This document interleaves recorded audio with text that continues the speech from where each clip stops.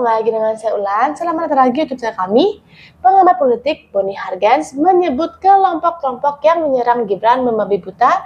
Kelompok ini adalah kelompok yang memiliki dendam dengan Pak Jokowi. Menurutnya, kelompok ini merasa dirugikan ketika Pak Jokowi menjadi presiden. Mereka berpikir sekaranglah waktu yang tepat membalas Pak Jokowi, yang dimana salah satunya dengan menyerang Gibran. Tanpa berlama-lama, mari kita simak saja langsung pendapat dari Boni Hargens berikut ini. Sebagian orang memperkarakan keputusan Mahkamah Konstitusi soal pencalonan Mas Wapres Gibran ketika itu. Tapi kemudian itu hanya riak-riak demokrasi karena pemilu kemudian terus berjalan dan semuanya konstitusional, demokratis.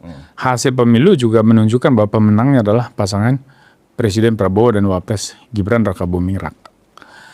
Nah, karena pemilu sudah dilaksanakan secara demokratis dan hasil pemenangnya adalah pasangan yang sekarang memerintah, maka semua problem itu dianggap selesai. Tetapi secara kebatinan, secara moral, tentu saja masih ada kelompok yang kecewa, yang marah, yang mungkin putus asa. Saya kira itu semua wajar. Dalam konteks itu tidak ada masalah. Karena setiap orang pasti akan punya persepsi, pandangan, dan pilihan yang tertentu. Nah, itu kita hargai. Nah, yang menjadi persoalan hari ini, dan bagi saya ini menjadi concern yang serius, munculnya kekuatan-kekuatan yang ingin secara sistematis melakukan gerakan-gerakan yang mau meruntuhkan rejim yang sudah dipilih secara demokratis melalui pemilu. Nah, siapa mereka? Sebetulnya saya sudah katakan juga di publik bahwa ada beberapa kelompok yang tidak akan pernah bisa bahagia dengan keberadaan Pak Jokowi dan keluarganya. Ya. Dan dalam konteks ini adalah Wapres Gibran Rakabuming sebagai putra bung sulung beliau. Pertama adalah mereka yang menganut paham ideologi kanan, ya. Kelompok-kelompok populis sayap kanan ini merasa kebijakan Presiden Jokowi dulu sangat merugikan pergerakan kelompok mereka. Melalui keputusan pemerintah ketika itu, pembubaran ormas, 2 ormas ya, itu dianggap sebagai bentuk kesewenang-wenangan negara terhadap kelompok sayap kanan ini. Ya. Tentu saja hal itu tidak bisa dibenarkan kalau kita melihat dari perspektif kepentingan negara. Karena ketika itu memang kebangkitan ideologi sayap kanan itu ancaman yang serius. Ya. Dan sampai hari ini ancaman serius terhadap ideologi negara Pancasila dan juga terhadap keutuhan kita berbangsa dan bernegara. Tetapi lepas dari semua itu, kelompok ini pasti punya dendam. Lalu ada kelompok berikut yang memang secara politik dan ekonomi dirugikan. Mereka kehilangan ladang yang mereka sudah garap lama ketika Pak Jokowi menjadi presiden. Lalu ada kelompok juga yang merasa dikerdilkan secara politik ketika Pak Jokowi memerintah. Ada kelompok ketiga, yaitu mereka yang mungkin tidak akan pernah bisa menerima hasil pemilu. Nah, kelompok seperti ini saya kira perlahan-lahan juga akan dengan sendirinya menerima kenyataan itu. Tetapi secara emosional kita bisa, mereka hari ini masih marah itu wajar menurut saya. Tapi kelompok ini kan bukan kelompok yang berbahaya. Mereka hanya kecewa kenapa pemilu memenangkan pasangan ini dan mereka kalah. Itu aja wajar. Yang menjadi pertanyaan banyak orang hari ini tuh kan, kenapa gerakan-gerakan jalanan kemudian direspons sebegitu serius oleh negara, dan apakah demokrasi memang haruskan seperti itu cara kerjanya? Nah, saya tegaskan sebagai seorang akademisi ilmu politik bahwa demokrasi dia harus berbasis kepada yang namanya rule of the game. Dia harus berbasis pada konstitusi sebagai dasar, landasan dari seluruh rule of the game dalam pelaksanaan demokrasi. Nah, maka kalau sebuah pemerintahan demokratis dipengaruhi atau digerakkan oleh kekuatan-kekuatan non-institusional, kekuatan-kekuatan jalanan, berarti kita keliru di dalam memahami bagaimana demokrasi ini dijalankan. sebelum semua ini terjadi, kita masih ingat ada kelompok yang mengusung gerakan Indonesia Gelap. Indonesia Gelap bisa saja dilihat secara positif sebagai upaya untuk memberi alarm kepada pemerintah bahwa kompleksitas atau spektra ancaman yang akan dihadapi oleh bangsa ini ke depan di segala gatra, terutama ekonomi sebagai implikasi perang dagang Amerika-China misalnya, itu akan menjadi tantangan yang sangat serius bagi Indonesia, maka pemerintah harus bekerja keras. Tetapi gerakan ini ternyata sangat politis, sehingga kita tidak bisa membaca secara positif. Gerakan ini kita anggap berupaya untuk membangun pesimisme terhadap kehidupan berbangsa dan bernegara. Maka ketika muncul gerakan Indonesia Cerah, ini satu gerakan tandingan yang sangat dibutuhkan. Tetapi rentetannya adalah bahwa setelah gerakan Indonesia Gelap, muncul tuntutan-tuntutan jalanan seakan-akan mereka benar dan memaksakan keyakinan orang bahwa ijazah Presiden Jokowi adalah ijazah yang palsu. Ini tidak masuk akal. Saya kira mereka juga sadar itu bahwa ijazahnya Pak Jokowi itu asli. Tetapi kenapa isu ini terus dimainkan? Saya tidak percaya dengan kebetulan. Saya tidak percaya dengan sesuatu yang ya kebetulan, koinsiden. Saya percaya bahwa banyak hal itu didesain. Maka sangat mungkin orang-orang yang datang ke UGM dan kemudian menggeruduk rumah Pak Jokowi, yang ternyata nggak berhasil itu. yes, kemungkinan besar mereka hanyalah pion-pion di dalam percaturan politik yang rumit ini.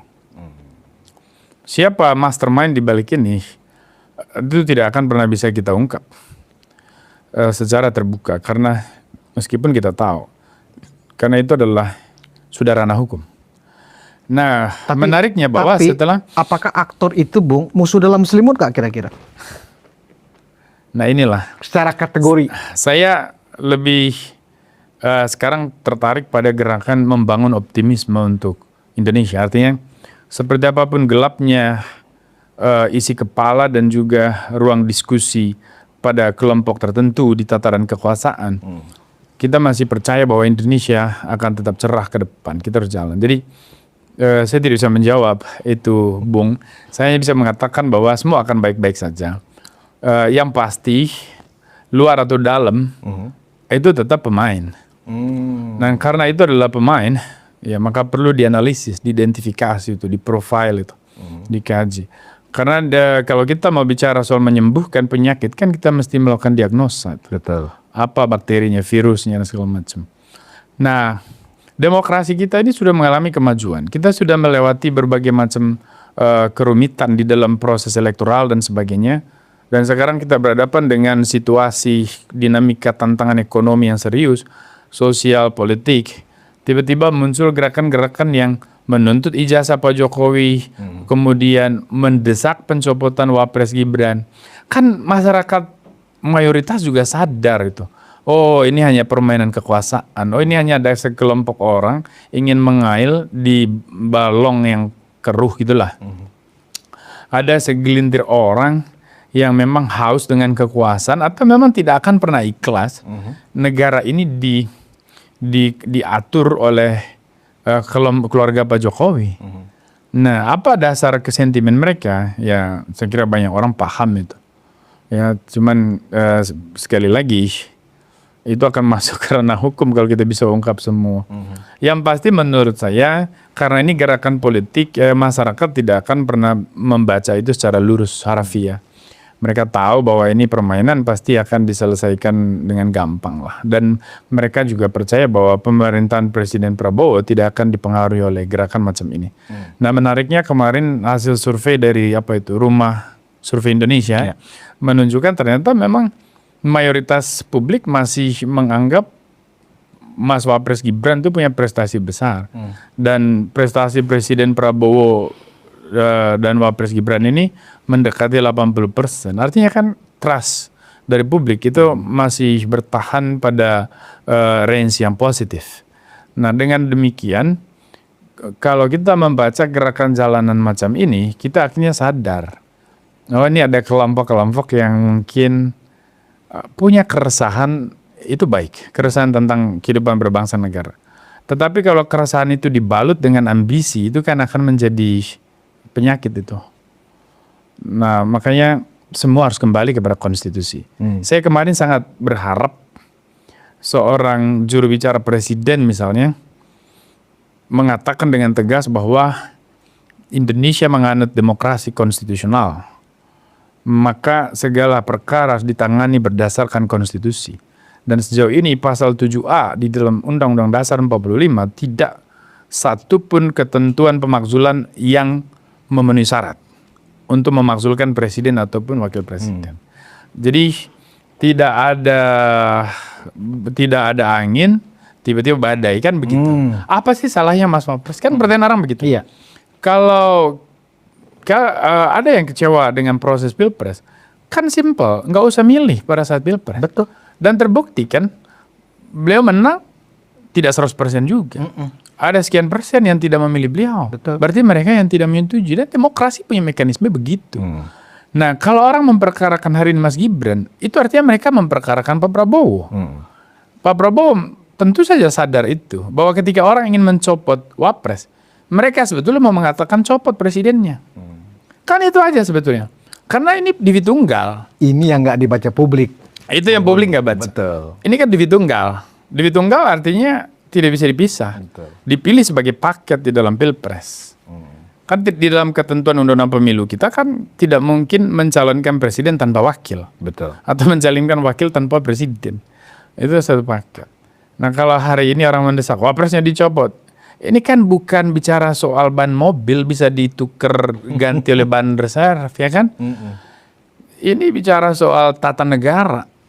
Konstitusi tidak punya ketentuan yang bisa menjamin gerakan macam itu bisa dibenarkan. Memang ada banyak pakar-pakaran atau yang saya bilang pseudo intellectuals, akademisi pseudo itu yang berupaya untuk melakukan justifikasi bahwa ada langkah-langkah yang konstitusional untuk memakzulkan wakil presiden. Tapi itu kan karangan dia aja. Ya. Teori yang dia bangun sendiri untuk membenarkan pilihan politiknya. Tapi bukan teori hukum tata negara yang sebetulnya. Nah, tadi ada kata mastermind. Iya. Ya.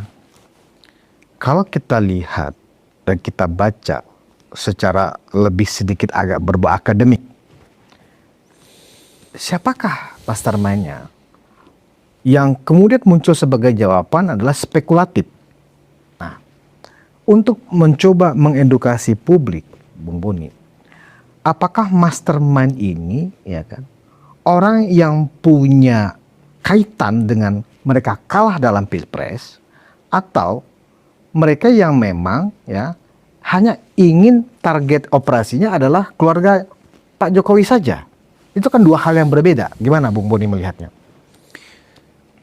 Saya melihat ini kelompok yang memang secara tendensius memiliki dendam tertentu terhadap keluarga Pak Jokowi.